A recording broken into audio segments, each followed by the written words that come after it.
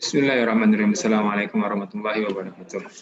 Alhamdulillah, syukur Allah Subhanahu wa Ta'ala pada kali ini bisa berjumpa. Seharusnya kita bertemu secara offline, namun sudah lain hal membuat pertemuannya kita switch menjadi online ya, dan lewat media YouTube. Rekan-rekan atau para hadirin yang kemudian bergabung dalam majelis pada kesempatan kali ini, saya diberikan amanah untuk membahas tentang mindset bisnis. Wah, ini berat memang. Karena pertama, saya juga sedang berusaha untuk bagaimana mengistiqomahkan mindset saya agar kemudian bisa selalu positif dan bisa menggerakkan orang.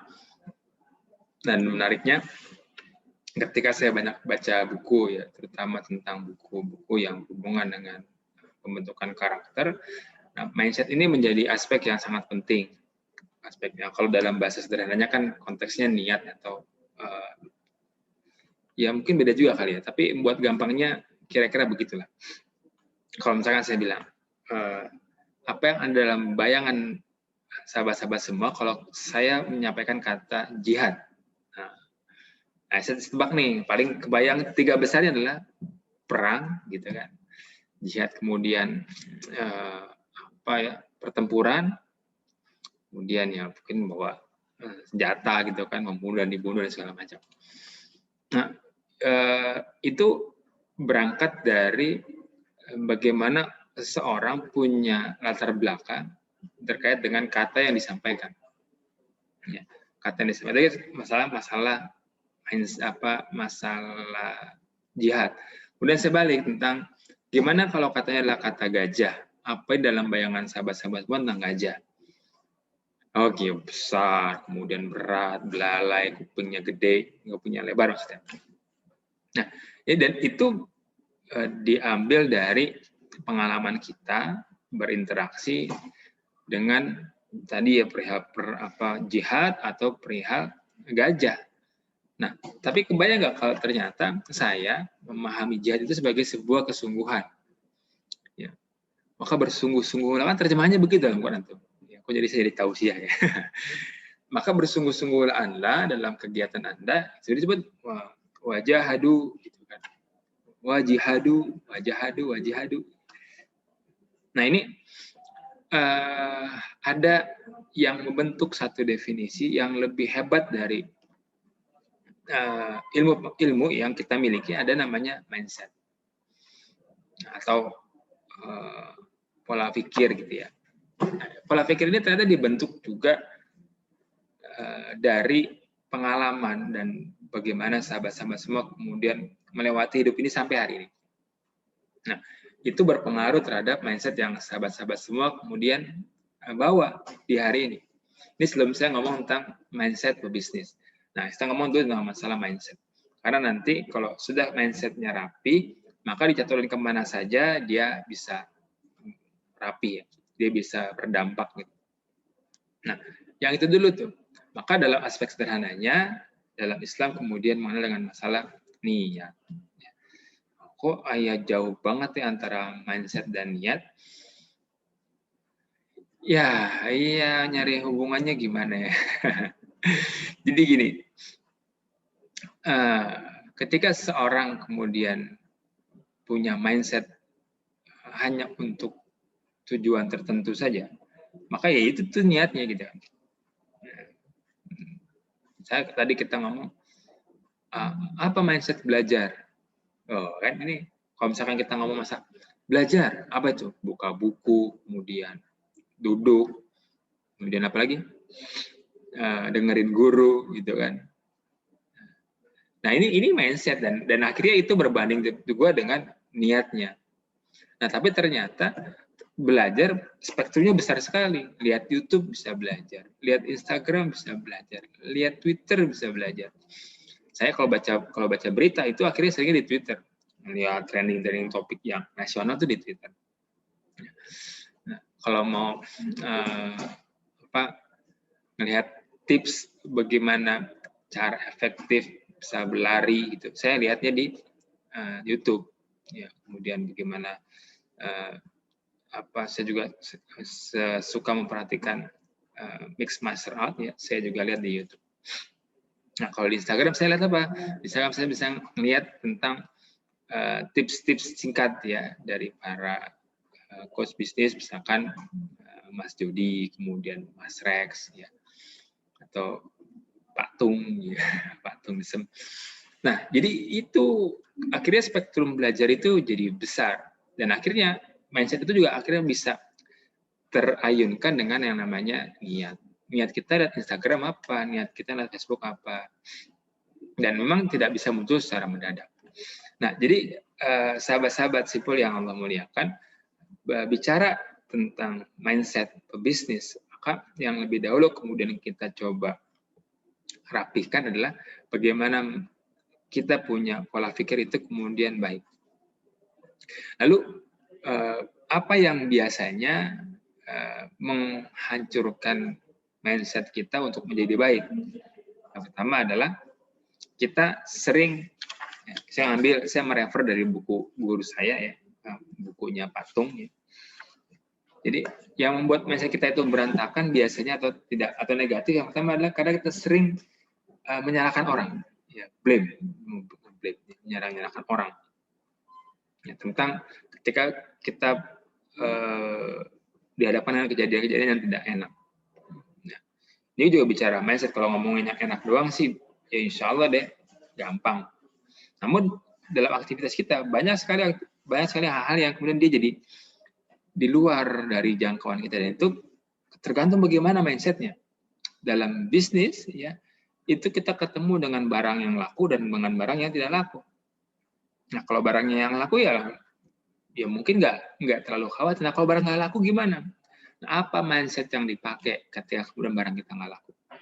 Nah, kalau kemudian kita tidak bisa menghadirkan mindset yang positif, maka akan berantakan. Lalu apa yang biasanya membuat mindset itu jadi negatif? Yang pertama kata blame, menyalahkan orang lain. Maka ubahlah itu, ya, jangan sampai kemudian kita punya pikiran untuk nyalahin orang lain. Ya, jadi sesuatu nih, antum misalkan terlambat masuk kuliah, terlambat masuk kantor, terlambat masuk sekolah, maka ya sudah, fokus di kita aja, fokus di kita saja, tidak usah fokus ke nyalahin orang, ya, ngeblame orang, ya, kemudian membuat lu gara-gara dia nih gitu, gara-gara tadi, udah nggak usah. Ya, saya kadang ngeliat di jalan itu orang contoh ngebut wah gitu, saya nggak ngebut ya, saya cuma nggak ngerem aja. Saya nggak suka ngebut tapi jarang ngerem, sama aja sebenarnya. Oke. Jadi ketika sudah nyalahin orang, maka kita biasanya itu lari dari tanggung jawab. Maka gimana salahnya? Ya sudah, ambil tanggung jawabnya. Udah nih kayaknya salah saya. Apakah ini selesai? Ya belum, kan baru tahap pertama. Ya. Jadi untuk mencegah terjadi mindset yang negatif, yang pertama jangan nyalahin orang atau jangan ngeblame orang. Yang kedua, no excuse, jangan banyak beralasan. Karena kalau kita banyak alasan, maka sesungguhnya mindset kita juga akan cenderung ke arah hal yang negatif.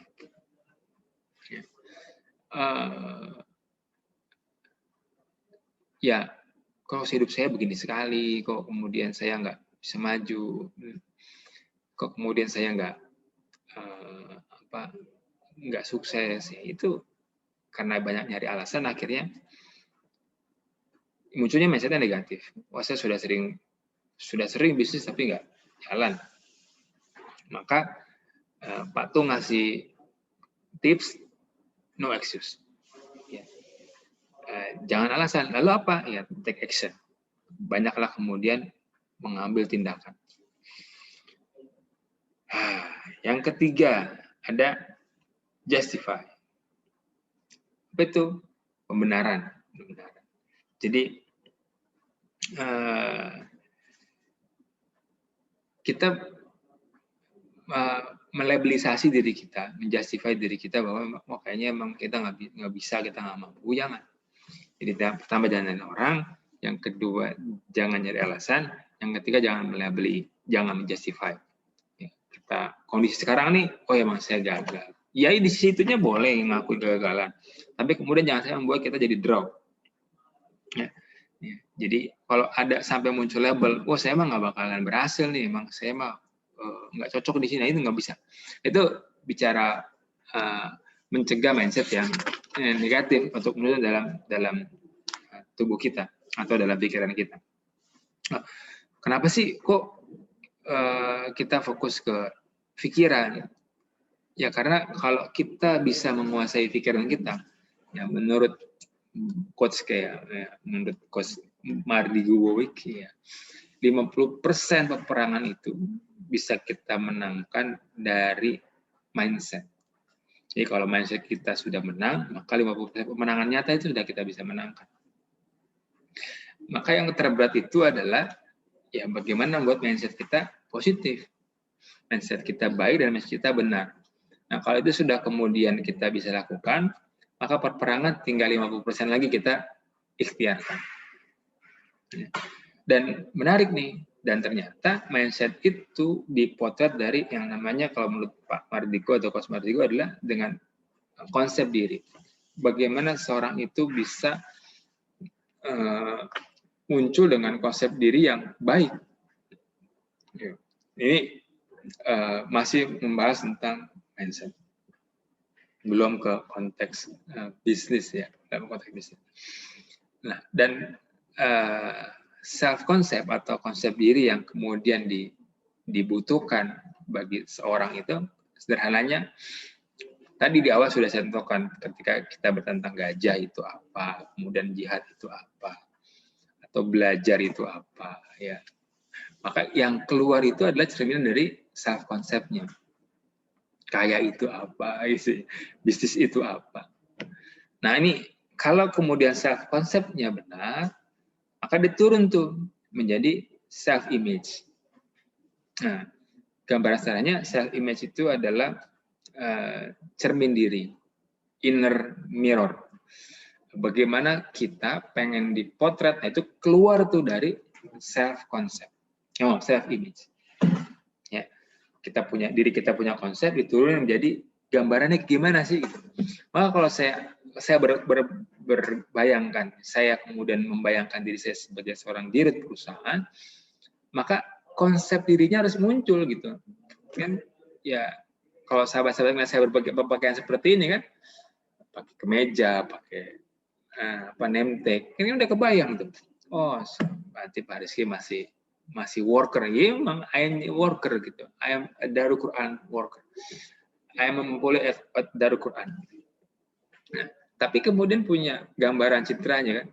Ada tumbuh janggutnya, ya, kalaupun saya pakai peci, saya pakai peci sebelah kanan. Nah, itu tercermin dalam self image. Nah, kalau kemudian self image ini secara istiqomah terpotret keluar yang baik-baik, ya, maka insya Allah dia baru masuk pada hal yang lebih dalam. Nah, itu namanya self esteem atau aspek yang paling emosional. Jadi kalau sudah emosional itu dia sudah alam bawah sadar yang kemudian dia tercermin hari-hari. Wah, saya baca buku Coach Mardigu itu melihat sederhana ya. Ini sebagai sahabat-sahabat juga nanti bisa mencari bukunya. Ya, ada orang yang ternyata memang nggak bisa miskin.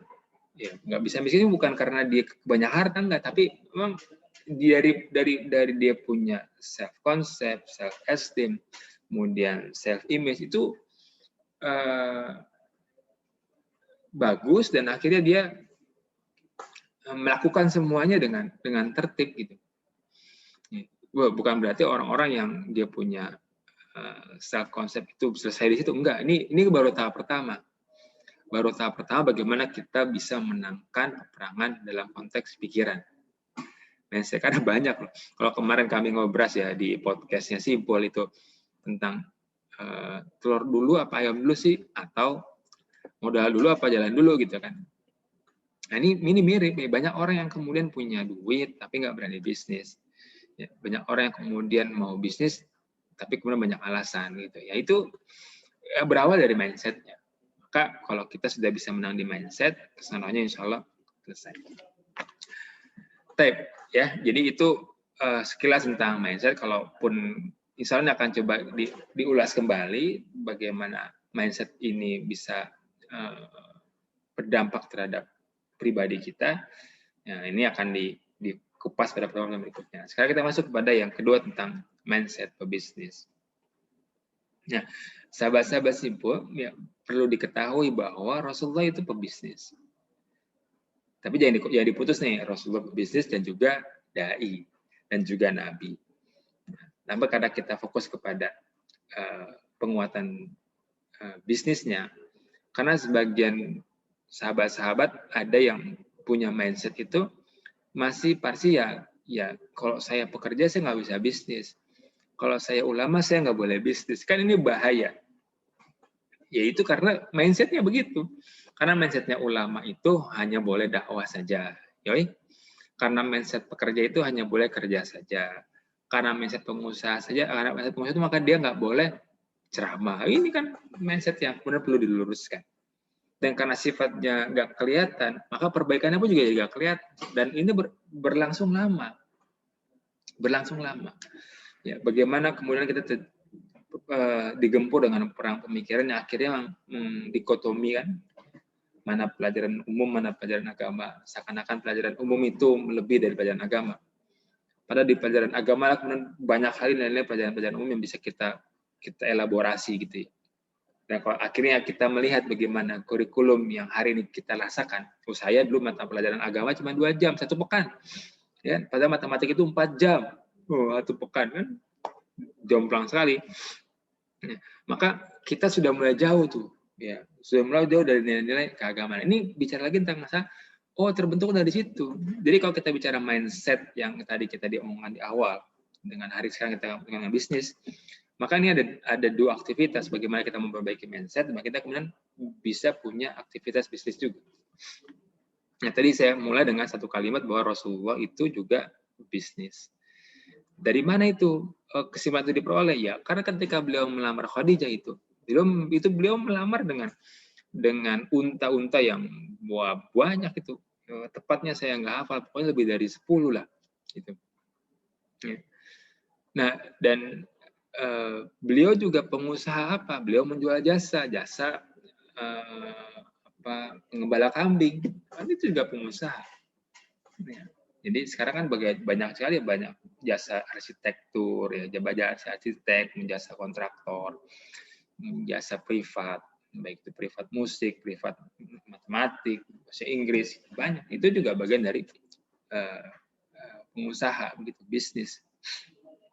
Nah, jadi saya pun memahami bahwa bisnis itu bagian dari sunnah Rasul dan juga dia bernilai pahala yang besar. Sehingga ketika saya beraktivitas di Darul Quran sebagai pekerja, saya tentu masih bisa kemudian diperbolehkan membuka bisnis. Tinggal bicaranya kapan pembagian waktunya. Jangan sampai di jam kerja kemudian nggak ada bisnisnya. Ini kan juga nggak tepat. Darul Quran memfasilitasi itu, karena memang kemudian guru kami, Kiai Yusuf Mansur, juga mendorong para insan Darul Quran itu untuk jadi pebisnis. Ya, kami arahkan dengan penanaman dengan saham. Sebelum dari Mansurmologi ini ada sebelumnya Pahitren Asset Management. Juga beberapa tahun sebelumnya ada nama Pahitren kan, Treninet. Ya, kemudian yang sekarang juga sedang digarap adalah Simpul Daku. Itu pun bagian bagaimana kemudian guru kita semua menginisiasi agar ayo dong, jangan sampai kemudian hanya jadi penonton saja atau kemudian nyaman di zona itu gitu. Zamannya. Dan ternyata saya memahami ya dari banyak sekali melihat orang-orang yang berjualan dengan kisah-kisahnya, di mana ada yang 1 hari nggak laku, belas nggak laku, Pak. Ya, kekurangan pekerja ini kan dia tingkat ketergantungan kepada Allahnya kan kurang ya, karena setiap 1 bulan sekali dapat gaji. Beda dengan pebisnis atau kemudian pengusaha yang nggak ketahuan juga kapan Allah kirimkan laku dagangannya, nggak tahu juga kapan Allah kirimkan pembelinya siapa, gitu, dengan cara apa, sehingga kebergantungan pada Allah itu tinggi gitu. Nah ini yang juga penting untuk dia dimiliki oleh orang-orang yang dia berbisnis, bahwa sesungguhnya ketika seorang itu berbisnis, berusaha, itu mengaplikasikan nilai-nilai akidah, ya. Dan nyata, sama-sama ada dua kok. Nih, apalagi sekarang nih kan Ramadan, tukang gorengan itu menjamur. Pengusaha baru tuh, pengusaha takjil ya. Dan mereka dempetan, Pak. Jualannya sama-sama jual gorengan. Tapi lempeng aja, sama aja kok.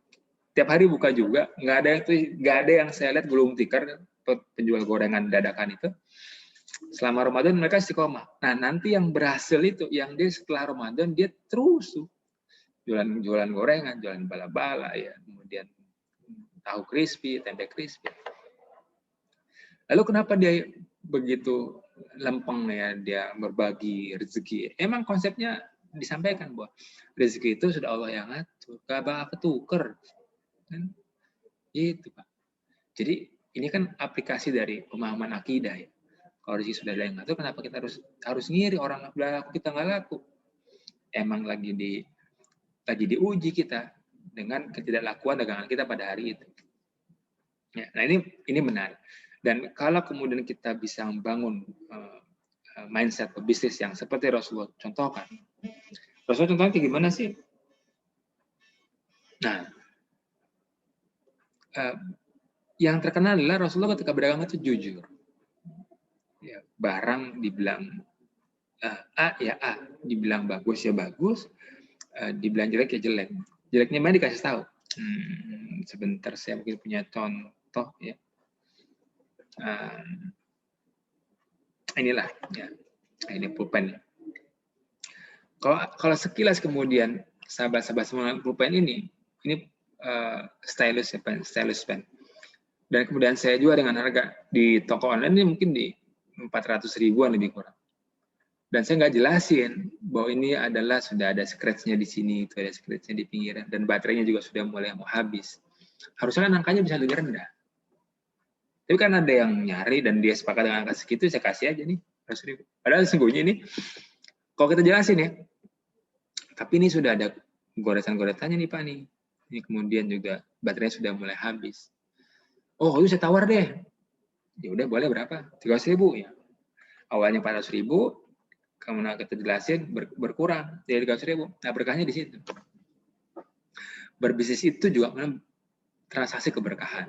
Woi, makanya kalau ada dalam satu hadis itu disebutkan, kalau orang yang berjualan banyak mengeluarkan sumpah, maka keberkahannya hilang. Sumpah nih wallahi paling murah, itu udah berkahnya hilang. Nah itu mindset juga bahwa ketika kita berbisnis, maka kita sebenarnya berbisnis keberkahan. Gak apa-apa kita bisa jadi nggak dapat untung, tapi ternyata di situ terjalin silaturahmi, ya, terjalin kemudian kekitan kekeluargaan. Saya pernah beli peci, pertama nganterin istri ya ke Pasar Baru, beli waktu itu ya, oleh-oleh begitu, oleh-oleh dari Tanah Suci. Nah, kemudian kurang, nah saya balik lagi sambil kemudian mau beli peci. Ketika saya balik lagi, saya bilang, Mbak saya beli pecinya satu ya, sekalian tuh sama yang kurang tadi. Nah, Masya Allah sih Mbak bilang, udah Pak nggak apa-apa, nih pecinya nggak usah dihitung. Hitung-hitung apa nanti jadi langganan lah, ya. Nanti balik lagi kemari Pak. Gitu. Dan itu malah itu saya walaupun peci gitu ya, paling harganya 40.000 paling gitu. Tapi tidak dari harga, tapi kesannya ternyata orang ini rela berbagi, walaupun kemudian omsetnya berkurang, keuntungannya berkurang. Yang harusnya beliau bisa dapat tambahan untung, tapi kemudian berkurang. Nah ini yang kemudian bisa jadi dia akan menambah ziyadatul khair ya, keberkahan dalam usahanya. Dan nanti akhirnya apa? Saya nggak lagi repot-repot nyari tuh kemana tukang mau beli oleh-oleh haji, ya di situ aja toko itu. Dan dia kenal juga, Bapak gimana gitu. Nah ini hal-hal yang dalam berbisnis memang akhirnya selain kemudian ini sunnahnya Rasulullah karena beliau juga pebisnis, yang kedua juga sebagai salah aplikasi dari pemahaman kita tentang keagamaan, bagaimana akidah, bagaimana konsep rezeki begitu ya. Dan yang berikutnya adalah ketika